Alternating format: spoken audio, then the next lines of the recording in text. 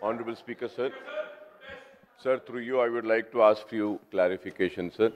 Sir, in my speech, I had requested for this Ramzan arrangement, Ramzan के लिए खुसूसी meeting बुलाने के लिए मैंने मुतालबा किया था, उस पर चीफ मिनिस्टर साहब ने कुछ नहीं कहा।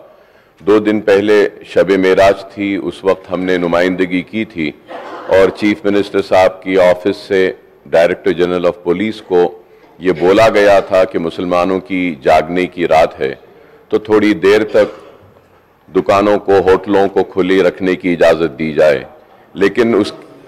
लेकिन उसके बावजूद भी कई दुकान वालों पर केसेस बुक किए गए और मुकदमात आए और चीफ मिनिस्टर्स ऑफिस से जो अहकामात गए थे उस पर अमल आवारी नहीं हुई। तो उस ताल्लुक से मैं ये कहना चाहता हूं कि 1 महीने में रमज़ान का आगाज़ होगा, तो अभी से अगर रमज़ान के इंतज़ामात की मीटिंग बुलाई जाती है और अहकामात दिए जाएं कि रमज़ान के महीने में कारोबार करने वालों को जल्दी कारोबार बंद करने पर मजबूर ना किया जाए, क्योंकि वो तरावी को जाते हैं, नमाज पढ़ कर आते हैं। इसलिए अगर रमज़ान के इंतज़ामात की मीटिंग अगर बुलाई जाती है तो इससे काफ़ी सहूलत होगी। And the second issue which I has raised was about the fruit market, sir. Now the season for mangoes will be coming, sir. I know the matter is sub judice, but this can be sorted out if the government comes forward and give the Patti passbook to the fruit market which has been established at Hazrat Pahadi Sharif ke paas mein. And also I had spoken about the IT park. So that also hasn't been spoken about Honorable Chief Minister Saab, sir. And I have also spoken about the 2-bedroom housing which was allotted to the beneficiaries. In spite of getting the allotment letter and the names being in the list, they have not yet been handed over with the keys.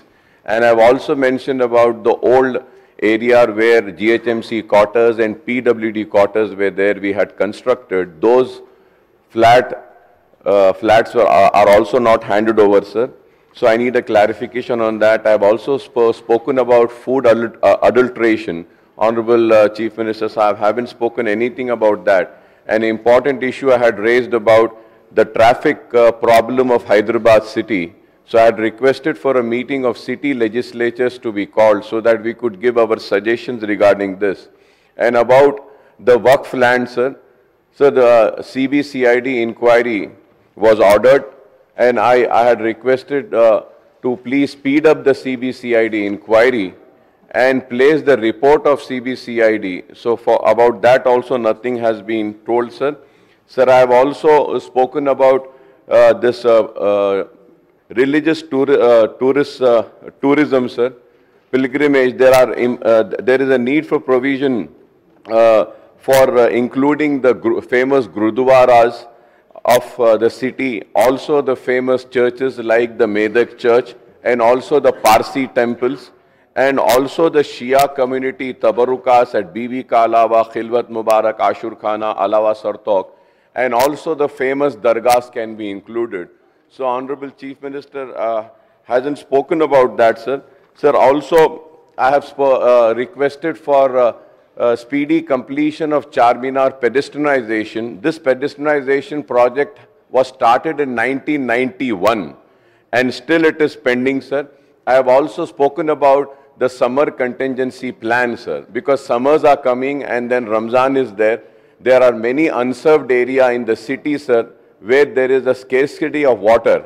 Pani nahi aata hai, so every time in summer and Ramzan time, the Waterworks Department gives some special tankers for supplying of waters to the identified localities and also few mosques. So I request that a meeting of this would be called, sir. I have also spoken about Yuva Vikasam guarantee, sir, Vidya Bharosa cards with financial assistance of 5 lakhs. Honorable Chief Minister Saab haven't spoken anything about that, sir. I have also spoken about this Praja Palana applications where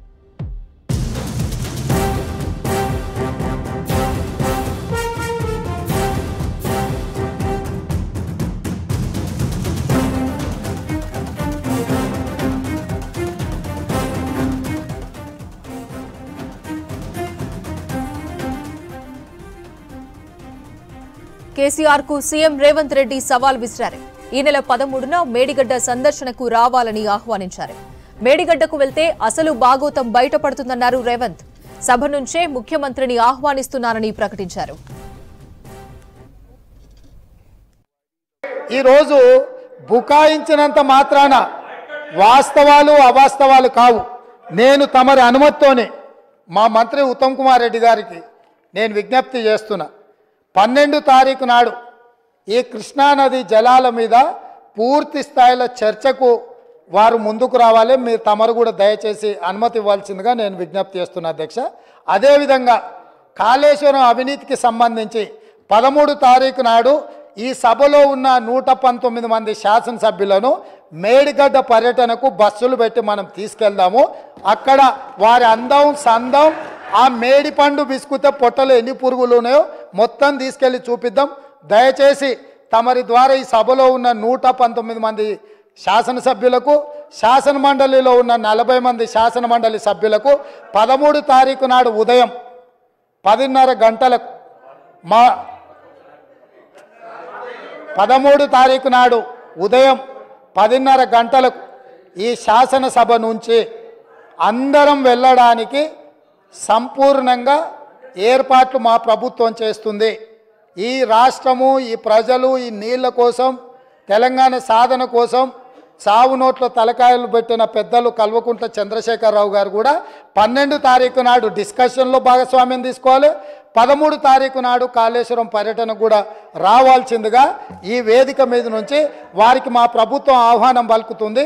మీరు వారికి 12 నాడు చర్చలో పాల్గొనడానికి, 13 నాడు కాళేశ్వరం పర్యటనకు మీరు ఆదేశాలు ఇవ్వాల్సిందిగా ఆ సభ్యుడికి తమరికి విజ్ఞప్తి చేస్తున్న అధ్యక్ష.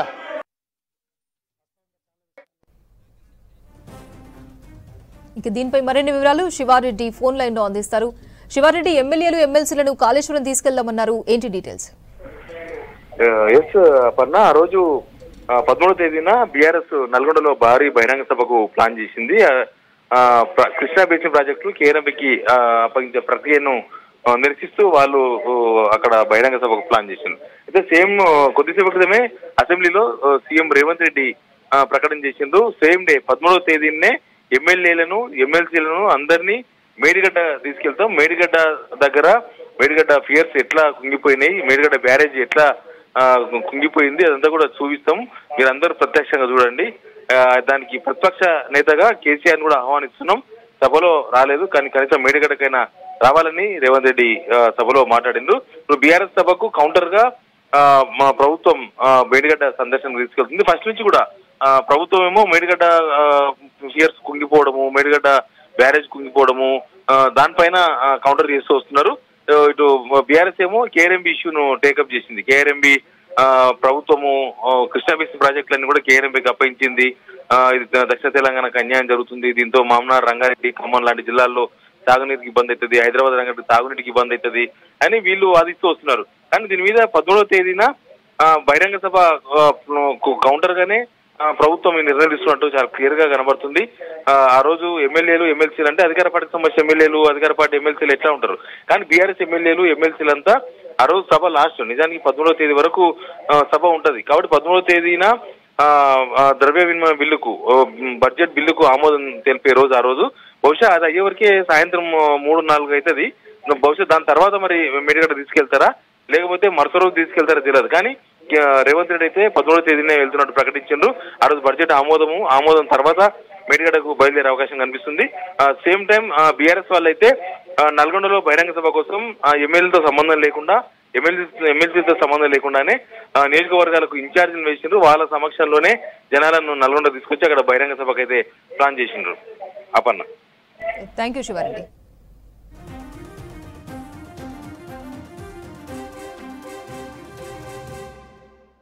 मैं आदेश दे दूंगा और आज जगने की रात है, जागने की रात है.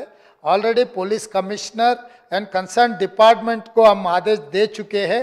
रात को देर रात तक पूरा दुकान खुला रखने के लिए, किसी को तकलीफ नहीं देने के लिए 2 दिन पहले हमारे पेशे में हम रिव्यू किए. आज रात को किसी को तकलीफ नहीं देने वाले. और एक बार आप भरोसा के लिए मैं यहीं से हमारे ऑफिसरों को मैं आदेश देता हूँ, खासकर city police commissioner and GHMC commissioner and principal secretary MAUD को आज रात में किसी को तकलीफ नहीं होना है, हर चीज़ इंतज़ाम करना है। और ఇంకా ఈ ఓల్డ్ సిటీకి సంబంధించిన పనులు పురోగతి జరుగుతూనే ఉన్నాయి। SRDP strategic road development funds కానీ పదే పదే మెట్రోకి సంబంధించి గతంలో 75 కిలోమీటర్లకు కాంగ్రెస్ అధికారంలో ఉన్నప్పుడు మెట్రో పనులకు టెండర్లు పిలిచి ఎల్ఎన్టీకి ఇస్తే 69.5 కిలోమీటర్లే పని చేసిండ్రు। 5.5 కిలోమీటర్లు గౌలిగూడ బస్ స్టాండ్ నుంచి ఫలక్నామా వరకు వేయాల్సిన మెట్రో రైల్ని ఎల్ఎన్టీ సంస్థ నిర్మించలేదు। దానికి సంబంధించిన वो जो पिछले सरकार ने मेट्रो के लिए 75 किलोमीटर टेंडर बुलवाया एलएनटी संस्था को दे दिए, मगर वो लोग 69.5 किलोमीटर मेट्रो का पूरे किए और 5.5 किलोमीटर गौलीगुड़ा बस स्टैंड से लेकर फलकनामा तक जो मेट्रो ओल्ड सिटी में बनाने का था वो नहीं बनाया। इसीलिए हमारा सरकार आते ही इसके बारे में, मेट्रो के बारे में हम पूरी तरीक़ा से हैदराबाद शहर के बारे में हम रिव्यू किया। इसीलिए आज हम लोग यकीन से, जिम्मेदारी से मैं कहना चाहता हूँ, ग्रेटर हैदराबाद में मेट्रो का बहुत ज़रूरत है। गरीब लोग जो इसमें मेट्रो गरीब लोगों के लिए बहुत ज़रूरी है।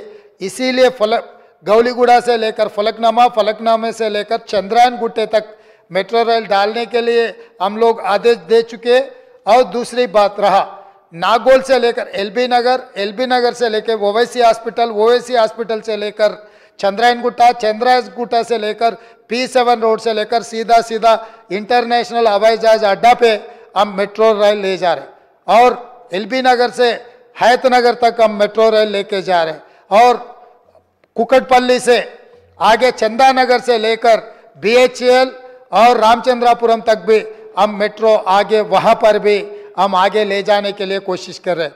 और हम हाईटेक सिटी से लेकर गच्चबौली वहाँ पर विप्रो जंक्शन से जो अमेरिका काउंसलेट सेंटर है वहाँ तक भी हम आगे ले जाने के लिए तेलंगाना सरकार ने पूरा अप्रूवल किए।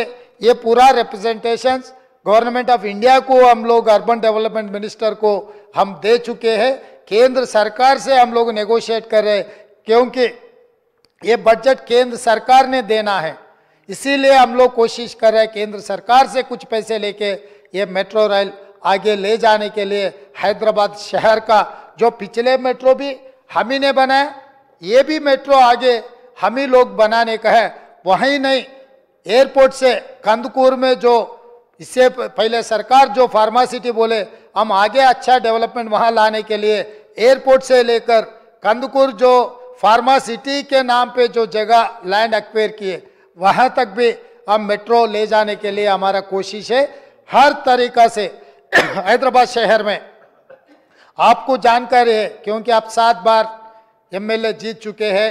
यहाँ के जनता, यहाँ के लोग आने वाले जाने वाले ये हैदराबाद मेट्रो सिटी को जितना जानते, ये हेरिटेज प्रिसिंक्ट्स कुली कुतुब शाही से लेकर चार मीनार तक कितना अच्छे सुंदर बड़े बड़े महल से, ये सब सारे देखने के लिए दुनिया कोने कोने से यहाँ पर लोग आ रहे। इसीलिए हम लोग जो Musi river development, Musi river front के नाम पे हम लोग आगे डेवलपमेंट करने के लिए एक बड़ा प्रोजेक्ट हम लोग उठाए। उसी सिलसिले में हम लोग सरकार के तरफ से लंदन आए थे, आप भी हमारे साथ में शामिल हुए, जो एक्सपर्ट से हमारा मीटिंग हुआ था। इसीलिए गंडीपेट से लेकर उस्मान सागर, हिमायत सागर से लेकर नागौल से आगे 55.5 kilometres Musi area, Musi river development, river front develop करने के लिए हमारे सरकार पूरे कोशिश कर रहे हैं। आप लोगों का मदद ज़रूरी है, आपके मदद हम लेंगे। हैदराबाद शहर को हम इतना सुंदर शहर बनाएंगे, यहाँ दुनिया से, आप बेंगलुरु से, दिल्ली से, मुंबई से और किसी शहर से हम लोग कॉम्पिटिट नहीं करना चाह रहे। पूरी दुनिया में हमारे हैदराबाद शहर को इतना सुंदर शहर बनाना चाह रहा है। हमारे वक्त में जो आउटर रिंग रोड हम ही ने बनाए, इंटरनेशनल एयरपोर्ट हम ही ने बनाए, मेट्रो रेल हम ही ने बनाए, कृष्णा से पीने का पानी हैदराबाद शहर का आप और पी जनार्दन रेड्डी इसी असेंबली में चिल्ला के हैदराबाद शहर का, हैदराबाद लोगों के लिए जो पीने का पानी तकलीफ आप आवाज उठाए, तो कांग्रेस पार्टी ने कृष्णा से पानी लाए और गोदावरी से भी हैदराबाद शहर पीने का पानी हम ही लोग लाए। आगे भी हमारी जिम्मेदारी है। मैं यकीन से मेरे सरकार के तरफ से मैं भरोसा दिलाना चाहता हूं पूरे तेलंगाना जनता को, 4 करोड़ लोगों को, हैदराबाद शहर को अगले लेवल पे हम लोग लेके जाने वाले हैं। इसीलिए जो हैदराबाद में up to outer ring road के इनसाइड जो शहर है, urban Telangana, outer ring road से लेकर जो नया रीजनल रिंग रोड बनाने के लिए जो तैयारी हो रहे, वो सेमी अर्बन तेलंगाना, और रीजनल रिंग रोड से लेकर तेलंगाना बॉर्डर तक रूरल तेलंगाना 2050 मास्टर प्लान हम लोग बनाने के लिए कोशिश कर रहे हैं। अकबर साहब, हम लोग आगे तेलंगाना के लिए बड़ा नक्शा लेकर आने वाले हैं। ये हैदराबाद, ये तेलंगाना को दुनिया से में सबसे बड़ा सुंदर प्रदेश बनाने के लिए हमारा कोशिश जारी रहेंगे। आपका मदद हमेशा, जितने हम जो भी अच्छा किए आप तारीफ किए, उसके लिए मैं शुक्रिया अदा करना चाहता हूं। आगे भी आपके पार्टी से चुनाव हो गए, राजनीति चुनाव के समय पर अब कुछ भी बोलो, राजनीति हम सरकार बनाने के बाद सरकार चलाने के लिए, इस प्रदेश को आगे तरक्की करवाने के लिए हम लोग कोशिश जारी रहेंगे। आपके साथ जरूर लेता हूं। आप जो बात मुद्दे उठाए सब सारे मेरे कन रिकॉर्ड, और कुछ भी जो भी अगर बचा हुआ है मैं अलग मीटिंग बुलाऊंगा, आपसे अलग मीटिंग ले लूंगा। भारतीय जनता पार्टी का एमएलए भी मैं अलग बुलाऊंगा, और टीआरएस का भी केसीआर साहब को यहीं के इधर से मैं उनके लिए मैं इनवाइट कर रहा हूं। चंद्रशेखर राव जी भी as a learned senior experienced member of this house, जो भी उन्होंने भी आगे तेलंगाना के लिए जो उनका सुझाव है हम लोग ले लेंगे, उनके लिए भी हम लोग वेलकम कर रहे हैं। और अकबर साहब, हम लोग ये तय किए विथ स्पीकर परमिशन, और बहुत सारे छोटे छोटे जिले में बड़े बड़े कलेक्टर ऑफिस बनाए। हमारे वेंकट रेड्डी सब चिट्ठी भेज रहे। इतना बड़ा शहर, कम से कम करोड़ के ज्यादा लोग हैं, कलेक्टर ऑफिस नहीं है हैदराबाद शहर के लिए, हैदराबाद डिस्ट्रिक्ट के लिए। हैदराबाद कलेक्टर ऑफिस के जितने भी डिपार्टमेंट्स में एक एक कोने पे एक एक है। किसी को बुलाना है तो दूसरे दिन आएंगे। वो आज शुरू हो गए तो ट्रैफिक जाम में वो चलते चलते आए तक पूरा दिन खत्म हो जा रहा है। इसीलिए हमारा वेंकट रेड्डी साहब ये बोल रहे हैं हैदराबाद कलेक्टर ऑफिस अच्छा मल्टीपर्पस न्यू कलेक्टर ऑफिस बनाने के लिए वो रिक्वेस्ट किया, उनके ऑफिसर रिक्वेस्ट किए। हम अकबर साहब, हम हैदराबाद शहर के लिए अच्छा शानदार कलेक्टर ऑफिस बनाने के लिए भी इस मौके पे आप लोगों को मैं भरोसा दे रहा हूँ। इसीलिए हम कोई छुपा के कुछ काम करने के लिए हम नहीं सोच रहे। हम सबके सामने यहीं पर चर्चा करेंगे जो तेलंगाना के लिए अच्छा है, जो हम सोच सकते।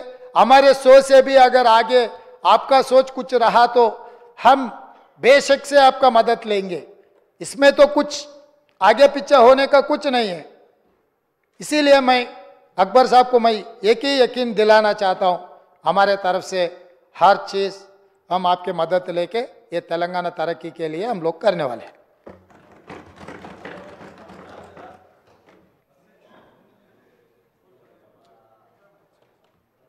అధ్యక్ష,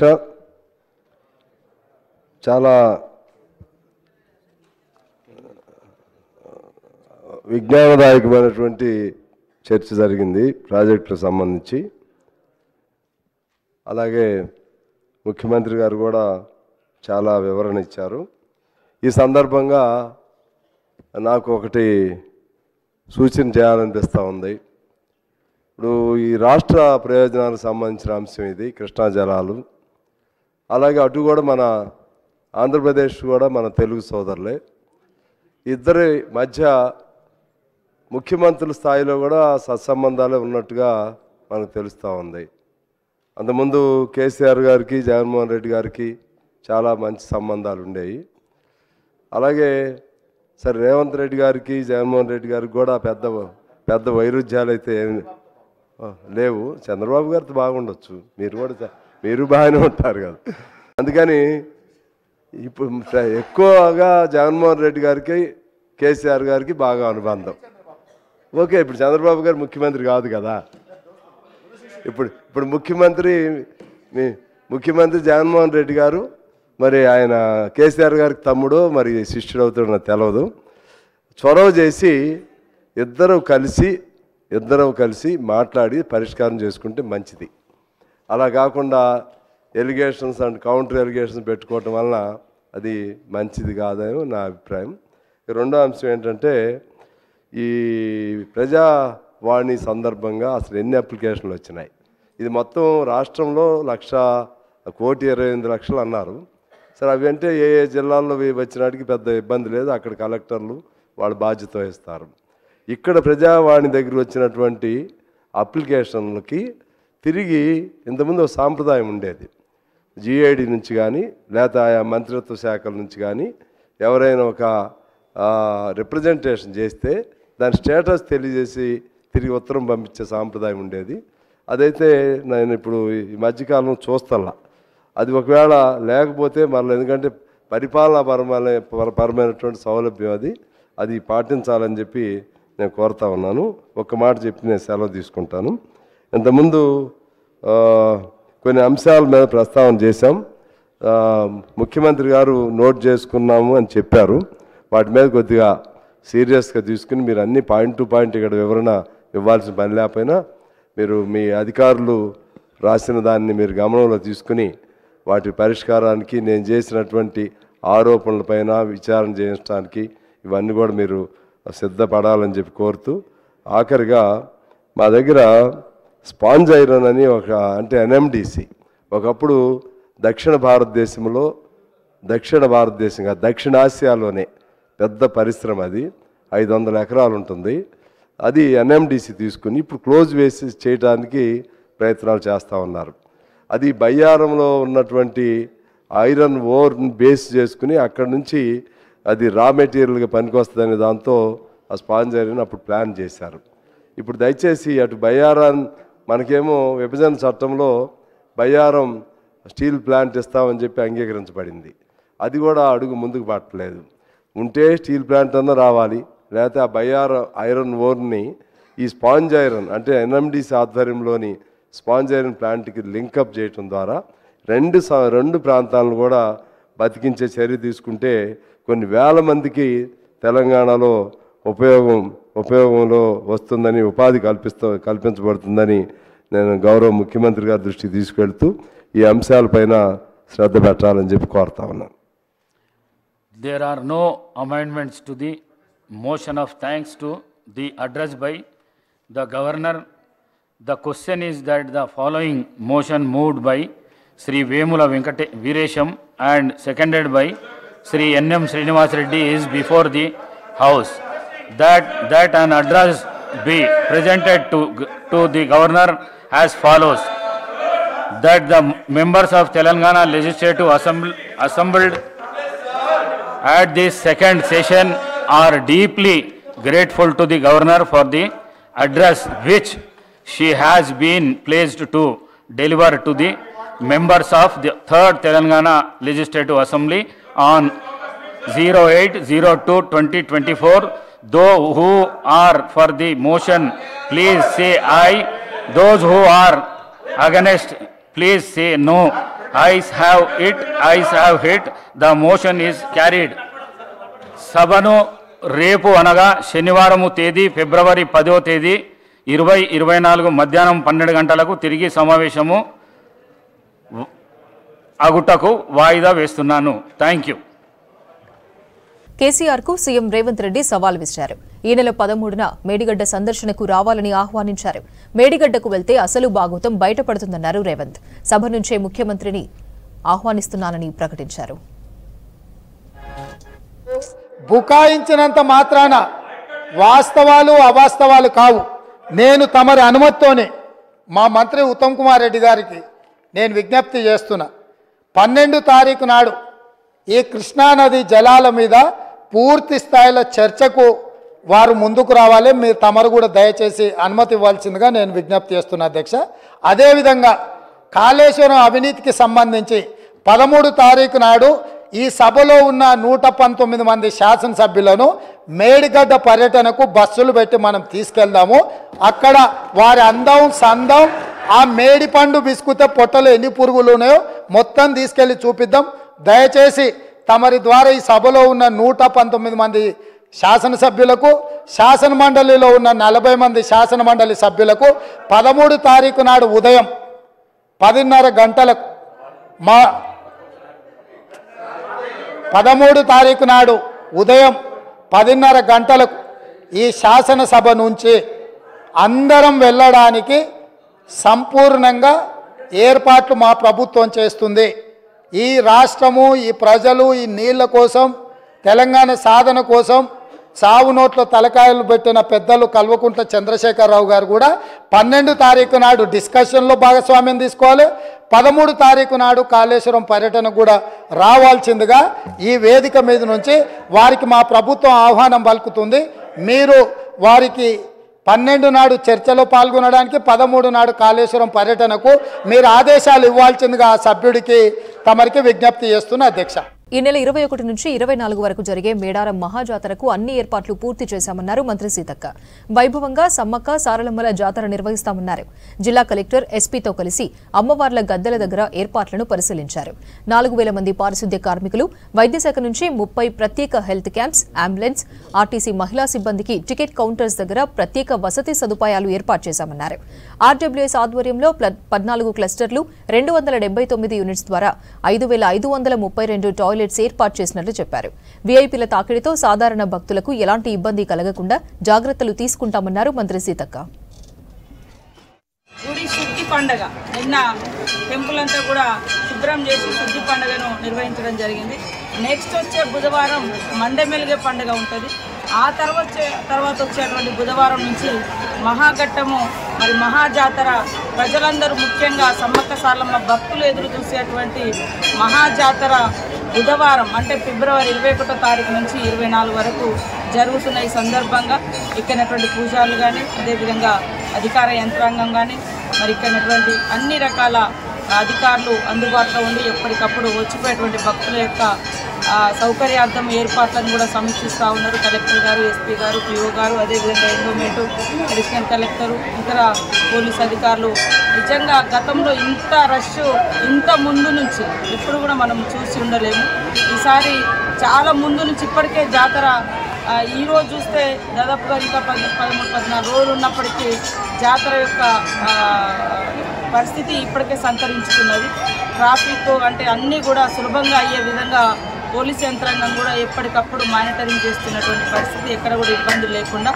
ఏదైనా చిన్న చిన్న ఇబ్బందులు ఎక్కడైనా తలెత్తినా కూడా వెంటనే మరి మనకు ఆల్రెడీ సీసీ కెమెరాలతోటి మొత్తం నేషనల్ హైవే ఘట్టమ్మ అవతల అక్కడ మల్లంపల్లి నుంచి మరి ఇటు ఏటునాగరం వరకు కూడా సీసీ కెమెరాస్ కానీ, ఈ మొత్తం జాతర ప్రెమిసెస్లో దాదాపుగా 500కు పైన సీసీ కెమెరాలను పెట్టి కూడా ఎప్పటికప్పుడు జిల్లా ఎస్పీ గారు, సంబంధిత పోలీస్ అధికారులు మరి వాటి ద్వారా కూడా పర్యవేక్షణ చేస్తూ ఉన్నారు. కాబట్టి వచ్చిపోయేటువంటి భక్తులకు ఎలాంటి ఇబ్బందులు లేకుండా మేము కూడా ఎప్పటికప్పుడు అధికారులతో సమీక్షలు నిర్వహించుకుంటున్నాం.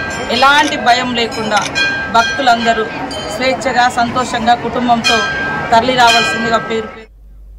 షార్ట్ బ్రేక్ తీసుకుందాం. స్టేడియం.